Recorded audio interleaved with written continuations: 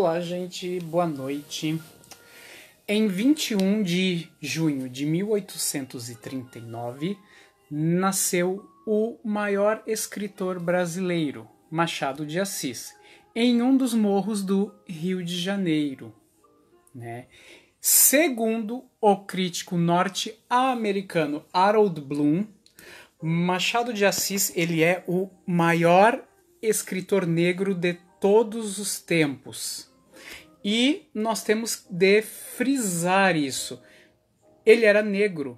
Machado de Assis era negro. Embora todas as fotos e também pinturas dele tentem, de certa forma, torná-lo mais branco, né?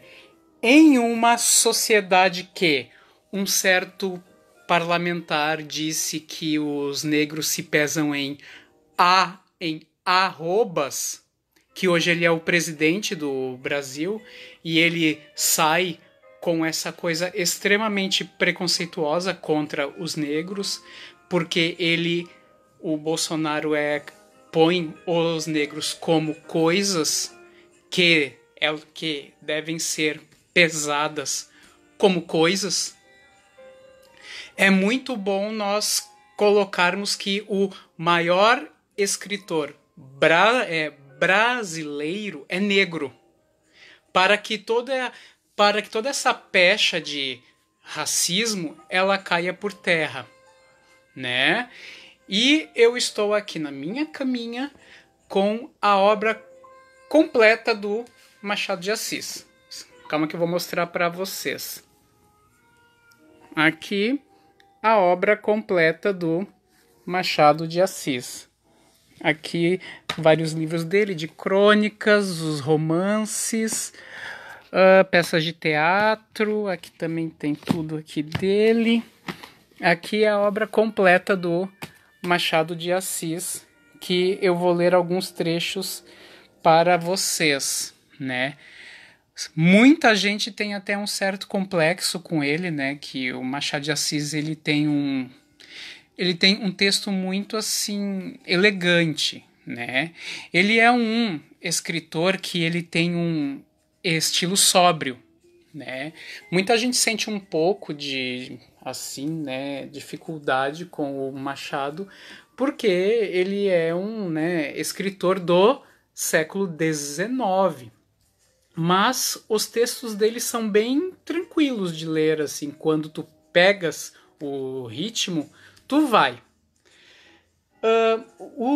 Dos romances, o que eu mais gosto, né, o romance que eu mais curto do Machado é Dom Casmurro, que é sobre aquela história famosa, né, do Bentinho e da Capitu, que até hoje rola julgamento para ver se ela traiu Bentinho ou não. Mas a gente tem que colocar em pauta uma coisa. Quem é que narra neste livro? Bentinho.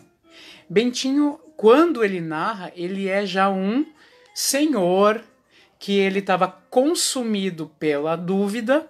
Então, tudo que ele expõe vai ter um olhar que faça com que todas as dúvidas dele se tornem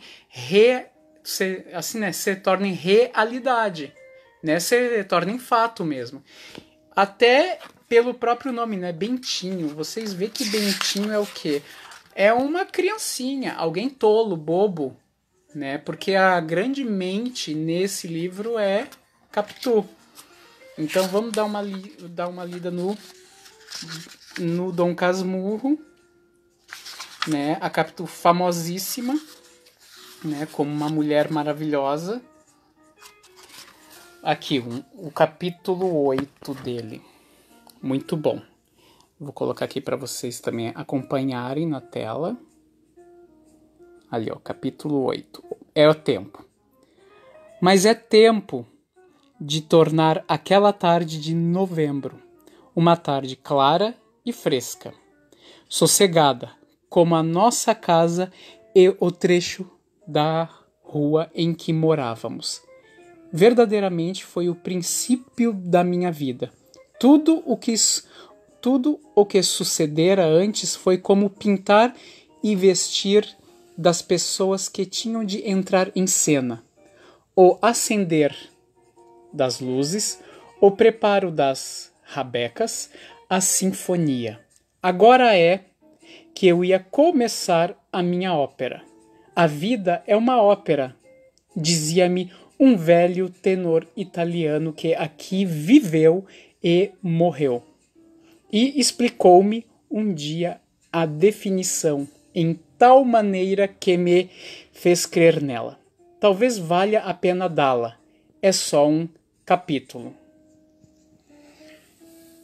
Então, ó, o Bentinho ele tenta, né, logo que abre esse livro, ele tenta dar um ar de um, né, narrador sábio e também sério. Mas muitas vezes ele se entrega em seu nervosismo, né? O Bentinho ele era para ser um padre, só que a Capitu foi lá e o desviou do caminho, né? Com a sua beleza única. A Capitu era bem, né, voluntariosa. Tem uma parte aqui que eu tô achando do livro que ela quando criança, que ela desobedece aos pais e ela risca o muro. A Capitu já tinha uma personalidade forte desde criança e ele põe isso como algo dela, né, ruim. Mas só que o tiro sai pela culatra. Por quê? Porque ela é uma personagem muito mais interessante. Ela é o quê? Multifacetada. Já ele, o Bentinho, ele é o quê?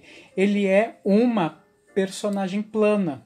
Ou seja, que tu olha sob qualquer ângulo e ele tem a mesma face. Ela não. Ela é uma personagem que tu olha, né, sob uma face, aí tu vê uma mulher que ora mente, que ora, né, esconde algo, coisas assim. Né? Vamos ler o trecho em que a Capitu faz coisinha que não deve quando era criança. Capitu riscava sobre o riscado, para apagar bem o escrito. Pádua saiu ao quintal, a ver o que era. Mas já a filha tinha começado outra coisa, um perfil, que disse ser o retrato dele. E tanto podia ser dele como da mãe. Fê-lo rir era o essencial. De resto, ele chegou sem cólera, todo meigo, apesar do gesto duvidoso, ou menos que duvidoso, em que nos apanhou. Era um homem baixo e grosso, pernas e braços curtos, costas abauladas, donde lhe veio a alcunha de tartaruga, que José Dias lhe pôs. Ninguém lhe chamava assim lá em casa. Era só o agregado. Vocês estavam jogando o siso? Perguntou. Olhei para um pé de sabugueiro, que ficava perto. Capitu respondeu por ambos. Estávamos sim, senhor. Mas Bentinho ri logo. Não aguenta. Vocês veem que quem narra isso é ele. É o próprio Bentinho. Só que com esse trecho que ele mesmo narra, ele põe a Capitu como o quê? Alguém que sai de qualquer embaraço.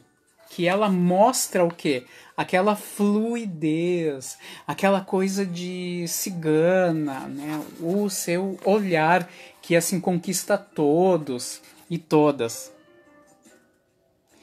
Então, vocês estão vendo que a Capitu ela é uma personagem muito mais interessante, né, do que o Bentinho, né? Porque o Bentinho é aquela coisa que vai de acordo com quem o manda. Antes era a própria mãe, né? Agora a Capitu manda e desmanda, mas aquela coisa do homem e da honra, né, que o, né, é que o, né, é que o Machado faz a crítica também, né, é que a honra do homem é que conduz ao quê? Aos maus julgamentos.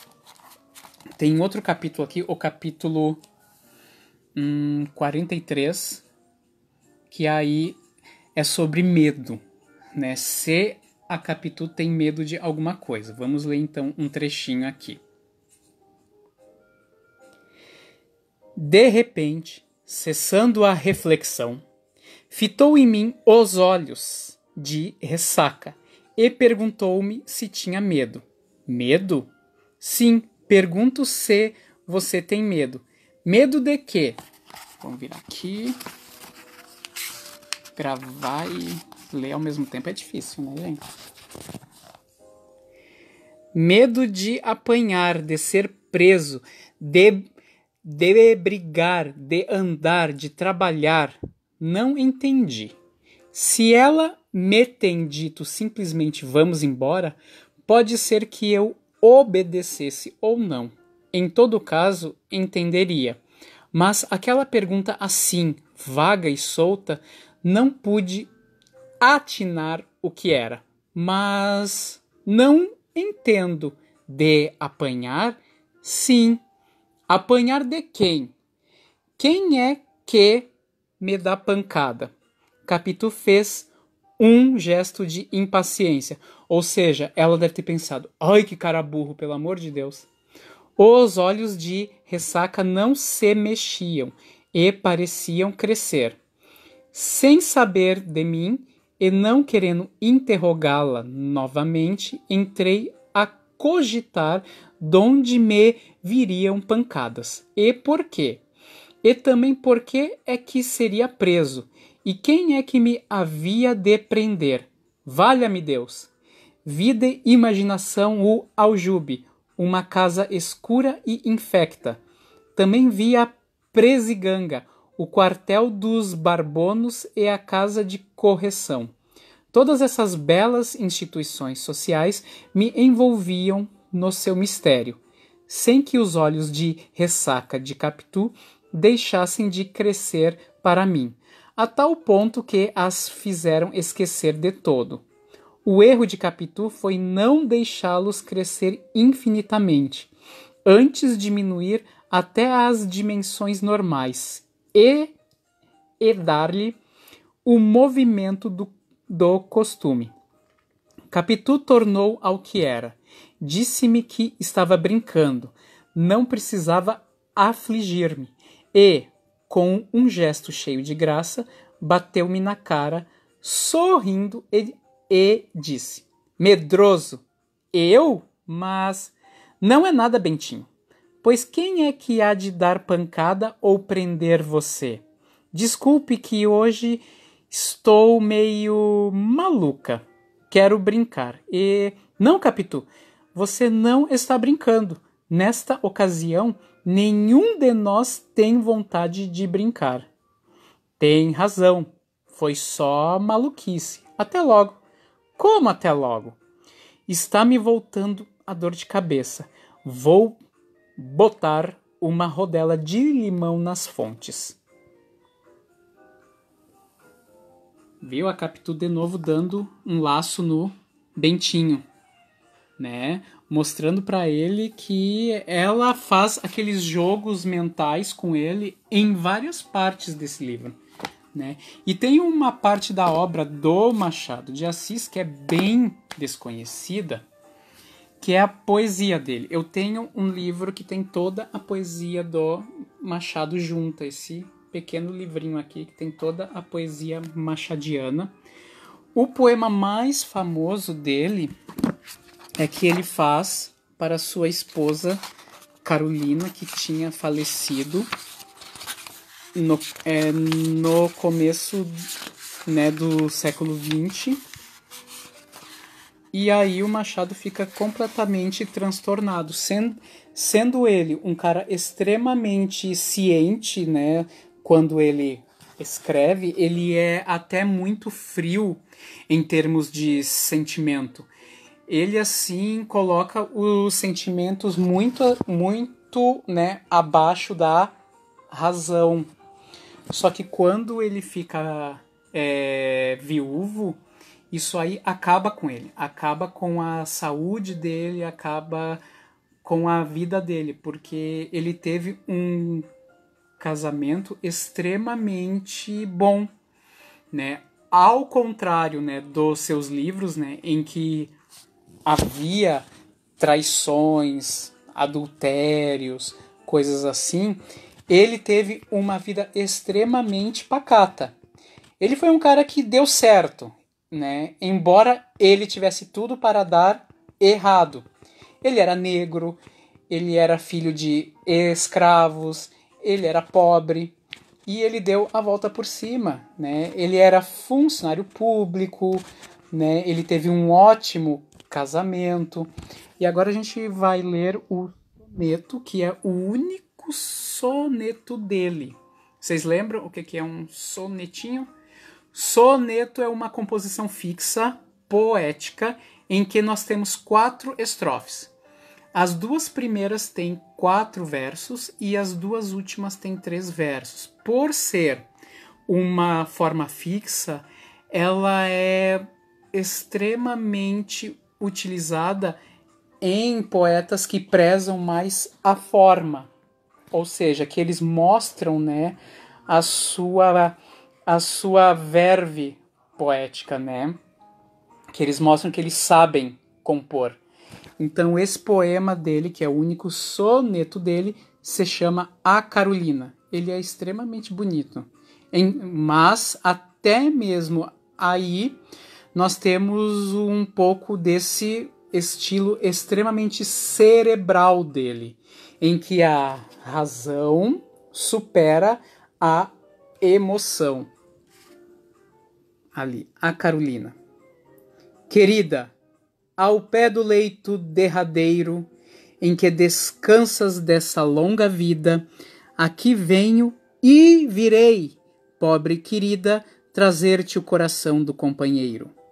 Pulsa-lhe aquele afeto verdadeiro que, a despeito de toda humana lida, fez a nossa existência apetecida e num recanto pôs um mundo inteiro. Trago-te flores, restos arrancados da terra que nos viu passar unidos e, ora mortos, nos deixa separados. Que eu, se tenho nos olhos mal feridos, pensamentos de vida formulados, são pensamentos idos e vividos. Vocês veem que em nenhum momento o Machado de Assis coloca, né, aquela coisa sentimentaloide que anos antes era a principal característica da poesia brasileira, que era o mal do século. Aqueles poemas em que o eu do poeta ele se derramava em algo que não tinha saída, em algo que era, né, incontestavelmente forte, algo que estava o consumindo. Vocês veem que o Machado de Assis ele tem, até mesmo em termos de poesia, uma forte índole narrativa, que ele conta algo. Ele conta algo assim de uma maneira até mais ou menos, né, isenta, longe assim do coração tomar conta, né? Ele não é um poeta, né, romântico. Ele é um poeta, né, até de certa forma realista, né? Vou pegar um outro poema dele.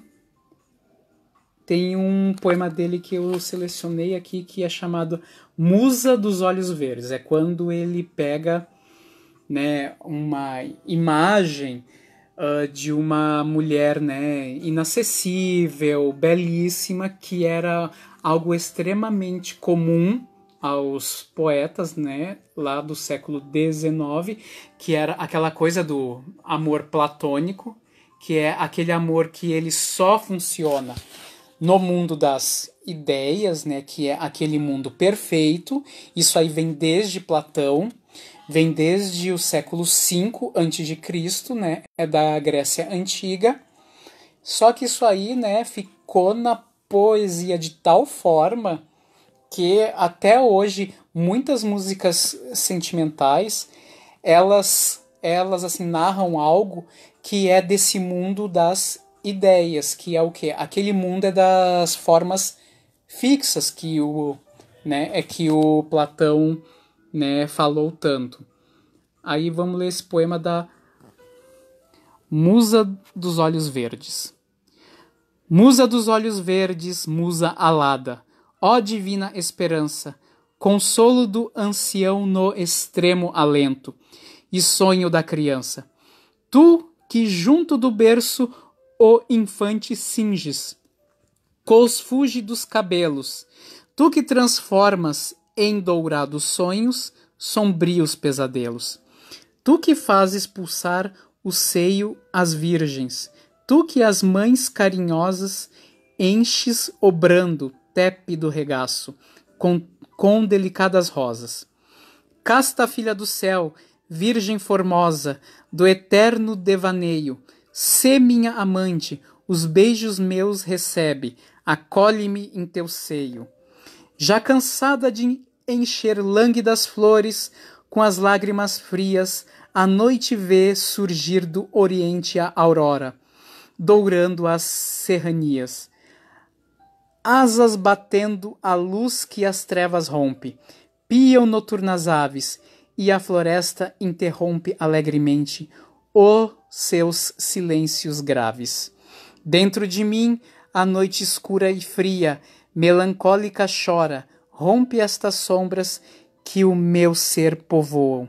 Musa, sê tu a aurora. Vocês veem que o Machado era bom de negócio, hein? Até mesmo na parte poética, ele era mestre. Ele era mestre por quê? Porque o Machado de Assis segue muito é o pressuposto, né, é que um crítico norte-americano falou, né, é que todo bom poeta, ele olha para trás, porque ele pega o topo, né, é daquilo que foi feito antes, e ele adapta ao seu gosto atual. Então, Machado de Assis fez isso com maestria. Vocês estão vendo que esse poema que eu li agora, ele meio que tangencia aquela estética romântica, que é o quê? A mulher, né, inacessível, né, a mulher musa, e isso aí mostra o quê? Mostra que ele também, né, contempla esses temas, mas ele faz isso de forma cerebral. Vocês veem que quando eu li esse poema, ele tinha um ritmo extremamente marcado, enquanto no romantismo a forma era algo que era meio livre, né, que não era tão presa, né, ao que ao que os poetas assim pensavam antes, né, que para tu ser um bom poeta antes assim do século XVIII, tu tinhas de saber todas as regras de poesia. Mas já com o romantismo, isso aí meio que se rompe, porque o poeta, ele era o quê? Aquele ser que extravasava tudo que sentia, né? Em uma forma livre, né? Então, Machado de Assis faz isso com maestria. Então, eu espero que vocês tenham gostado um pouquinho dessa curtinha livre sobre o Machado de Assis, né, que amanhã é que ele faz aniversário. E tem também uma obra extremamente famosa dele, antes da gente terminar, né, que a bateria do meu celular já está dando tchau tchau. Tem o Alienista, que até a Globo já fez uma minissérie. Isso aqui já é uma novela, né? A parte novela, ela é um tipo de texto que é entre o conto e o romance, né? Vocês lembram que conto é o quê? Aquele texto curto que tem apenas um único conflito. E o romance, ele é o quê? Ele é a união de vários conflitos, né? Alguns até assim, né, de certa forma independentes, mas eles têm um fio condutor. E já a novela, ela é o quê? Ela pega poucos conflitos, né? Não tem um número certo, né? Mas em termos de extensão, a novela ela é maior que o conto e menor do que o romance. Então, o Alienista também é fantástico. E o Machado de Assis também ele foi teatrólogo.